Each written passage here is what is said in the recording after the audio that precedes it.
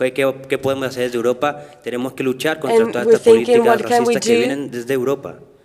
También Racismo Madrid se dedica digamos, a recoger denuncias de la propia sociedad civil para ponerla dentro del debate público. Luego de Racismo Madrid empecé a formar parte de Kwanzaa, Asociación Afrodescendiente Universitaria. Esto es una organización que me dio, digamos, la fuerza vital de seguir construyendo, porque como persona negra que se ha criado aquí en España, Because as a black person that was raised in Spain, we usually think that racism is a thing that happens individually, and you think people have different experiences, and you think it's something that only happens to you, and you don't give it much importance, and you think it's not important, it has nothing to do with racism. And with this organization, I went from an individual experience to a collective experience, and it's not a thing that only affects me, but it affects the Afro-American community, and we represent the diversity, racial diversity in Spain that is not represented in this society. When they ask you, when you're black people, where do you come from? And there's a lot of people, black people, who are Spanish, and people don't think that. And as anti-racist group, we're trying to point this recognition of social justice, public politics. We want public politics that to show this diversity, and it's something that we have to keep in mind if we want to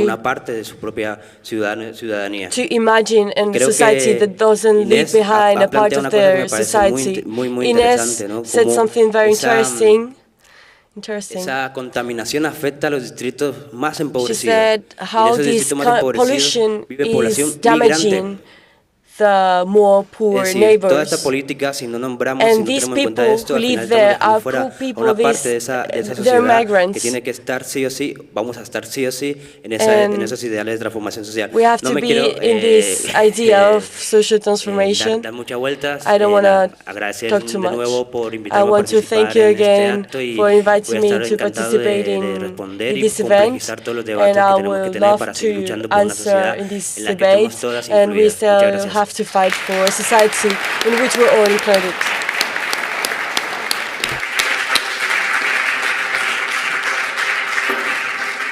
So I see we already have a brave young green that want to ask a comment. So. Hello everyone, I'm Raphaël. I'm from the member organization Les Jeunes Écologistes, the Young Greens of France. And I'm here also because I want climate action, and I want to save our democracy. I am part of the Yellow Vest movement also in Toulouse. So it is really interesting to see the mobilization in our cities. We have a lot of people. We had 5,000 people on the 15th of March for the global strike, and then we had 10,000 on the 2nd March with everybody, the young, the older, and I'm here also to tell you that in France, democracy is threatened by Macron and his policy on security. So they are using violence against people who are making peaceful protests in France. So every week we have violence by the police, and with use of gases, of bullets, of many grenades and many things. So we really need to save our democracy from these attacks from the French government. Thank you, Raphael, for your intervention. Maybe the question we can ask after this is, do you think that these three movements represented have something in common that they can fight for, because Raphael was speaking of yellow vest, so social justice, and green vest, if you can say that, so climate justice, and I think we can work together, but maybe a comment on this? Yeah, I think that what is probably common for all of us here is that we all focus not only on green stuff, but also on the social things. So that's why I said that we fight for just energy transition. So we don't want only to have a renewable future, but we want the solidarity, or we really feel solidarity for the people who are affected, even for the miners. We really want to talk to them. And I even, for example, last year, it was very surprising for me. Last year, I blocked a digger in our action in a climate camp, and I was talking to the miners that were, working on the digger, and I was so surprised how friendly they were. And when we were discussing, okay, so how do you like a job? They said, okay, we hate it. In fact, it's very dirty. Our health is in danger. We don't like it, but we don't have any other chance.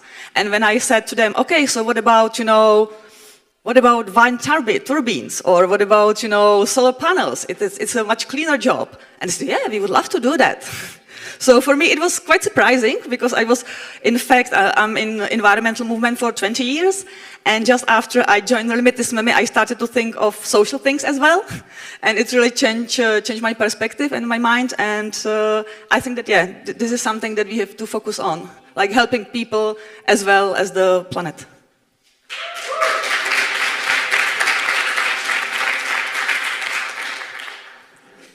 Sí, yo creo que lo que tenemos en común, en plan así reflexionando we un have poco, in es common, un señalamiento when we think about it, a la idea de desarrollo y progreso. Is the idea of progress. Lo que plantea es que SOS de alguna manera anti-racism una parte del antirracismo thinks es that anticapitalista netamente. the Si racism no existe is capitalismo sin capitalist. racismo, al igual There que no is no existe capitalism capitalismo sin without políticas contra racism. las mujeres.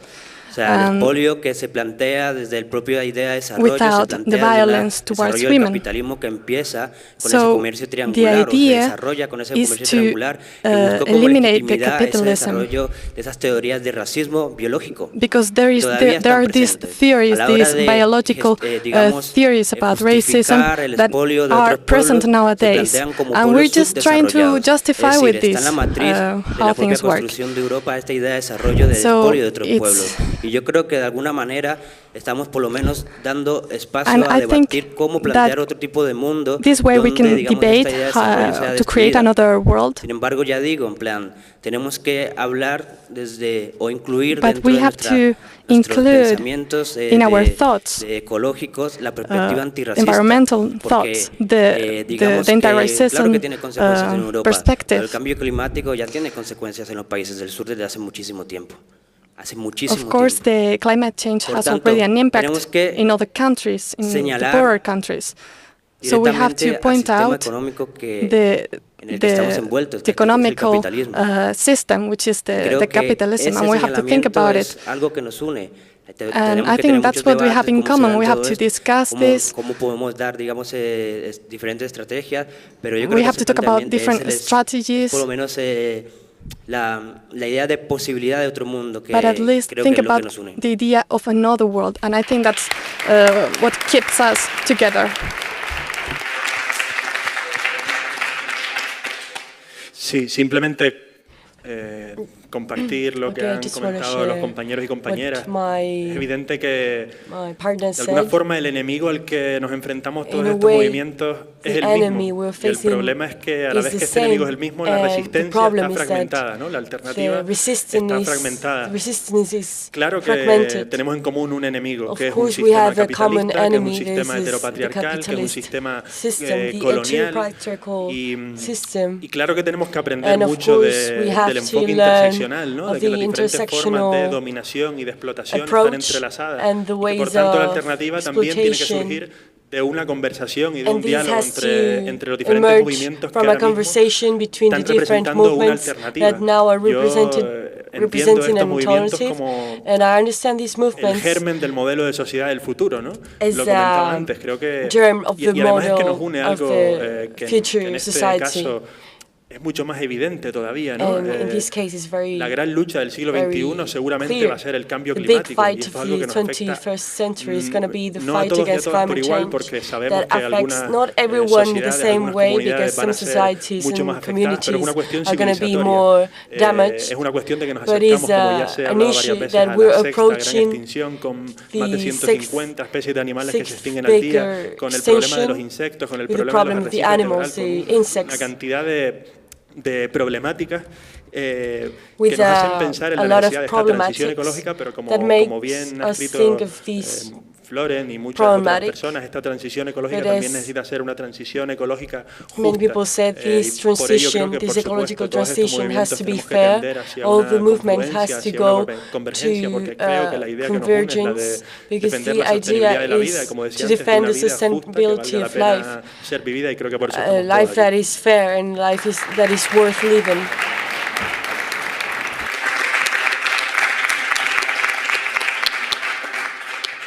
Maybe we could sum up this by saying that our biggest problem is white old men que that ruins, nuestro mayor human problema rights son and, los hombres nature mayores blancos. rights. I don't know if No there sé is any si other brave young green here hay otro would joven like valiente ask verde questions or comment. que querría hacer alguna pregunta. So maybe so what we yeah. Hello. I just have a question for the guests because I think your experiences are very, very important to hear from. How do you talk to the people in the streets? I think all of us are convinced that these issues are huge and that we need to tackle them together. How do you make that clear to the everyday person who might have a real hard time to meet the end of the month in terms of having a very low income, in terms of facing discrimination and facing consequences of climate change, but really thinking right now, right here? What are your thoughts?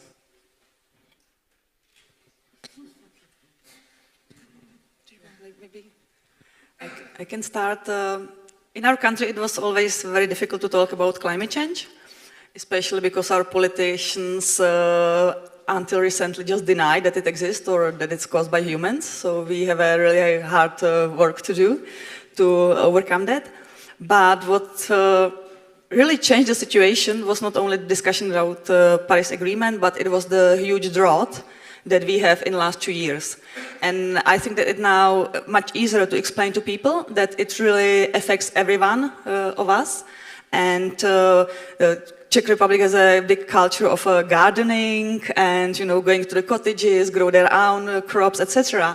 And now the people see that it's very, very endangered, and that maybe this it's really never happened before. We don't have snow in the winters anymore, so people are really seeing the consequences. So it's slightly easier to show them how the future, unfortunately, could look like. But it will be still a long way to go. So within our movement, we set up a communication group, and we have some representatives here, so you can talk to them because I'm doing a slightly different job. I'm raising funds, which is easier because we raise funds from people who are convinced already, so you don't have to explain why, you just need to explain that we need now. But our communication group is now preparing kind of complex strategy, and they identify several very important target groups, and now they are discussing how to reach them and how to use different ways, how to talk to these people. And for example, one of them are these gardeners I was talking about, and it's really, millions of people in our country. The other target that we want to follow is beer lovers, because you probably know that Czech beer is the best in the world. Sorry, it's ours. And we have one of the highest beer consumptions in the world. So talking to people and explaining, okay, your favorite drink is endangered by climate change is another way we want to do. So we are trying to find, not to talk about climate change, but finding concrete examples how the climate change affects their lives, and maybe beer can be successful in our country. We'll see.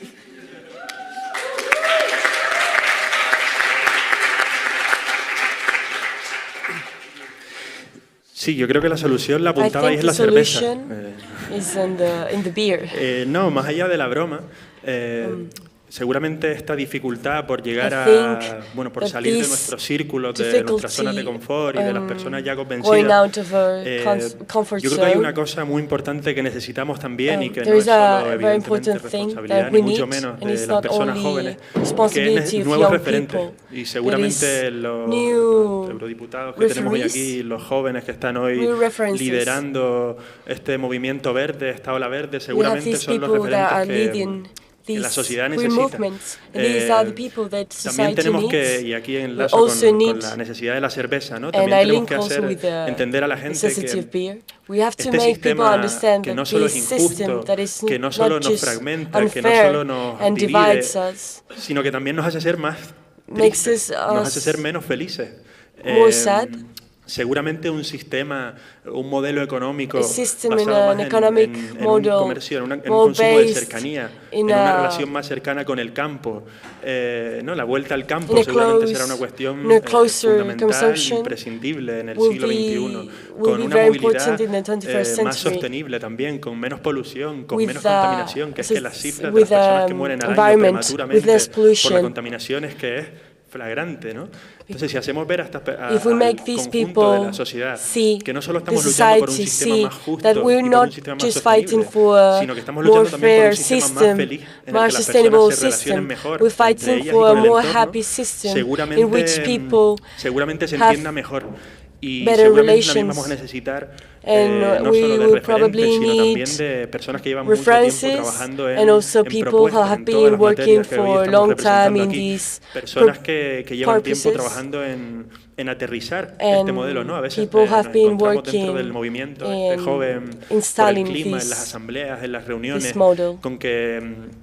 con que a veces intentamos tener la respuesta a todo. Intentamos tener un programa con cada medida y con cada solución y evidentemente no la tenemos y ahí tenemos que avanzar hacia una sinergia con todas las plataformas, grupos de investigación, partidos que llevan años trabajando en estas propuestas y que seguramente son esas semillas sin la cual este movimiento no habría existido, y para convencer a esas mayorías tenemos que leernos sus programas, tenemos que leernos sus propuestas y seguramente con eso se nos va a hacer un poquito más fácil convencer a la mayoría. And so without this it would be difficult to convince the majority. Yo creo que un aspecto importante que no tenemos que dejar fuera de todas nuestras estrategias políticas es la cultura. O sea, nosotras desde la propia comunidad africana y afrodescendiente, ahora mismo hay un auge bastante importante en crear. Lucía Mbomío, que es una periodista y activista también, hace poco publicó un libro donde contaba las experiencias de mujeres blancas que se casaban con mujeres negros para reflexionar qué es lo que pasaba en ese momento. Buenacho Bermúdez, que es un fotógrafo, publicó un libro, ¿Y tú por qué eres negro?, donde reflexiona sobre cómo se vive la negritud en España. Hace poco acaba de salir una recopilación de textos de mujeres negras en la que participa también Rita Bosao, que es la primera diputada negra en el Parlamento español. Nosotros estamos constantemente viendo cómo hacer entender nuestras realidades, porque se trata de construir o destruir imaginarios, empezar a imaginarnos de otra manera, y para ello la cultura creo que es algo esencial. Yo también pertenezco a una organización que se llama Conciencia Afro, que desde hace 3 años estamos organizando un festival donde salimos un poco de la lógica que ha habido hasta ahora del folclore, digamos que vamos el negrito que toca el tambor al final del acto, y hemos pasado de esa propuesta que se hacía antes de lo público a un espacio donde debatir sobre diferentes cuestiones que nos afectan a la comunidad africana y afrodescendiente. Es un espacio abierto donde mándate una cerveza, y aparte lo hacemos en plan todavía hay buen tiempo y demás, puedes ver o está presente un debate en el que estamos hablando de una cuestión principal, que es qué tipo de sociedad queremos, pero desde una perspectiva negra o desde una perspectiva afro, que muy pocas veces se da, digamos, cabida a esto, ¿no? Para mí también otra cosa, por ejemplo, que se está dando es que diferentes colectivos están creando, ¿no? También tenemos el periodista Moja Yerhou, que él We have trabaja en the el diario.es, journalist donde Moja hace Yerhou pequeñas that cápsulas sobre is working cuestiones in relacionadas con diario.es racismo para, digamos, plantear una talks pedagogía. about Y también otra cosa que yo creo que se está dando para acercarnos a diferentes partes de la sociedad, la continua creación de espacios de debate, para que no nos quedemos en una retroalimentación de autoconvencimiento de nosotros que ya sabemos que es el racismo y demás, ¿no? No, en plan ir a diferentes espacios para hablar simplemente, y que no sea una cuestión de, como esta cuestión jerárquica, ¿no? De yo soy el conferenciante y vosotras sois las que me escucháis, ¿no? Sino que sea algo como en plan en círculo, donde debatamos, donde preguntemos, donde pongamos las cuestiones sobre la mesa para construir, porque ya digo, es una cuestión de cambio de imaginarios. Nosotros podemos estar desde, digamos, el activismo más institucional, pidiendo políticas públicas, pero esa política pública nunca se van a dar si no hay un cambio imaginario, si no hay una calle que está pidiendo esos cambios. Y eso es lo que nosotros estamos como intentando plantear, digamos, producir cultura antirracista para poder potenciar ese cambio de anti-racist culture to make this change in the society.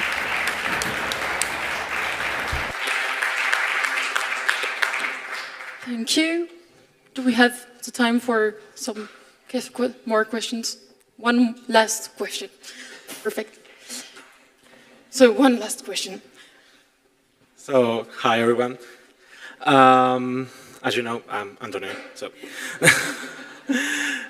So my question is about new technologies, the development of technologies, and how in our life it, I don't know, how it works or it is not with our way of life.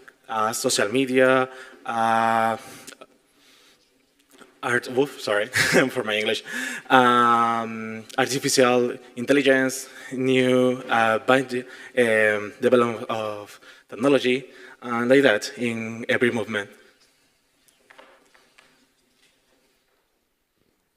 Want to start?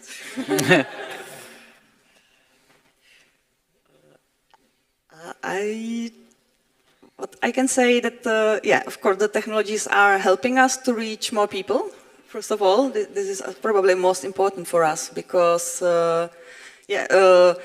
for example, we do this big actions of civil disobedience not only to show the people in power that we are here and they will not stop us until they really, as we say, until the last mine is shot or until the last power plant is here, we will be your limits and we will be watching you and making troubles to you.